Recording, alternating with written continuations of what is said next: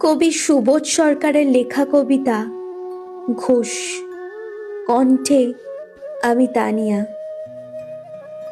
রবীন্দ্র রচনাবলীর নবম খণ্ড দিয়ে চাপা দেওয়া সুইসাইড নোট। ছেলেকে লেখা। লিখে হাতে ব্লেড নিয়ে বাথরুমে ঢুকেছিলেন মাস্টার মশাই। দুপুরবেলা কাজের লোক দরজার তলা দিয়ে রক্ত আসছে দেখে চিৎকার করে ওঠে। ছেলেকে লেখা এই তার প্রথম এবং শেষ চিঠি। অরণি, আমি বিশ্বাস করি সন্তান পবিত্র জলের মতো।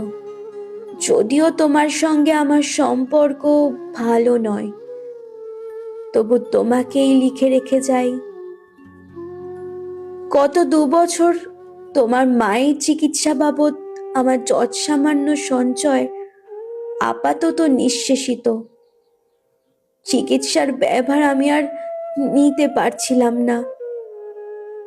জীবনে তোমার টাকা ছুঁইনি, মরেও ছোব না।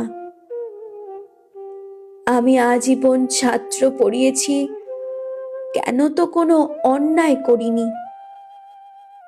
গত মাসে আমার স্কুলে এক অভিভাবক এসে ঝুলোঝুলি করেন তার ছেলেকে নেবার জন্য।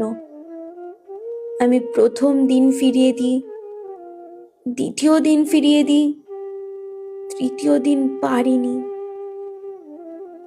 তিনি আমাকে একটা বড় খামে 30,000 টাকা দিয়ে চলে যান।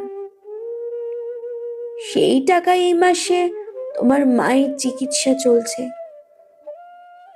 জানি না তিনি বাড়ি ফিরবেন কিনা কোনো দিন।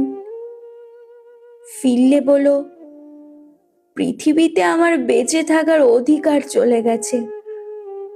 ইতি, বাবা।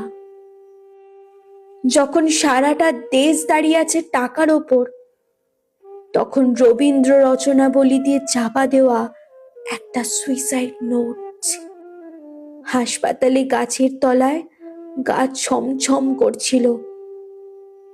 এগিয়ে গেলাম সাদা কাপড়ে ঢাকা মাস্টার মশাইয়ের দিকে, একটু বেরিয়ে থাকা পা দুটোর দিকে। ওই একটু বেরিয়ে থাকা পা দুটি যেন ভারতবর্ষের শেষ মাটি।